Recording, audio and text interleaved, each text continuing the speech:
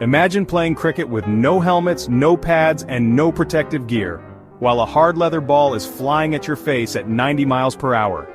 Sounds insane, right? But what if I told you that's exactly how cricket was played for over 200 years?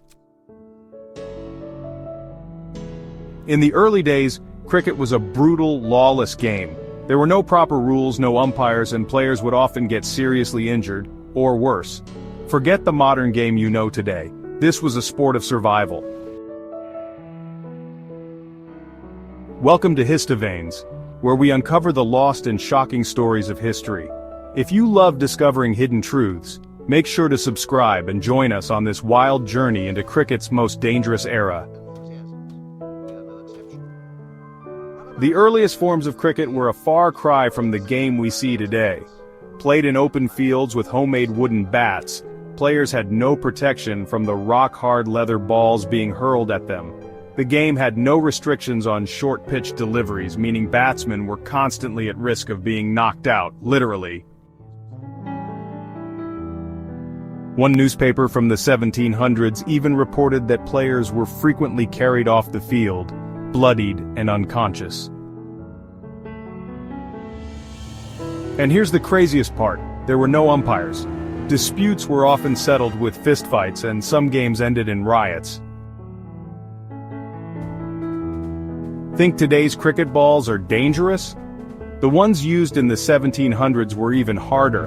Hand-stitched leather packed with tightly wound cork, designed to last for days. Bowlers could throw them as fast as they wanted at any part of the batsman's body, and let's just say they didn't hold back. One recorded incident from 1751 tells the story of a batsman who was struck so hard in the head that he fell unconscious on the pitch.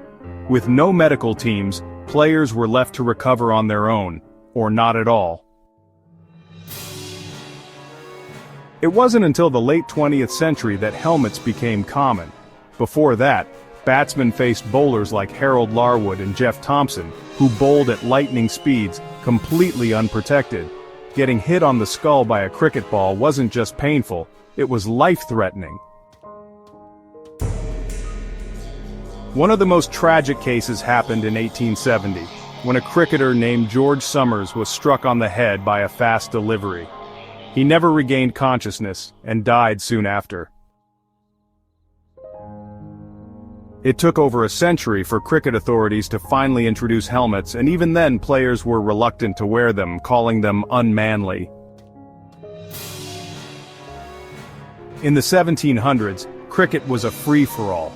Bowlers could bowl however they wanted, underarm, round arm, or even straight up throw the ball at batsmen. The first official rules of cricket weren't even written until 1744, and even then, they were barely enforced. Without strict rules, teams often made up their own laws mid-match. Some games lasted for days or even weeks, with no fixed overs or time limits. Imagine playing in a match where the rules changed every hour, umpires barely had any power, and you could get seriously injured at any moment. Cricket wasn't just a sport, it was a test of survival. By the late 1800s, cricket authorities finally realized that players needed protection. Leg pads became standard, gloves were introduced, and overarm bowling was properly regulated.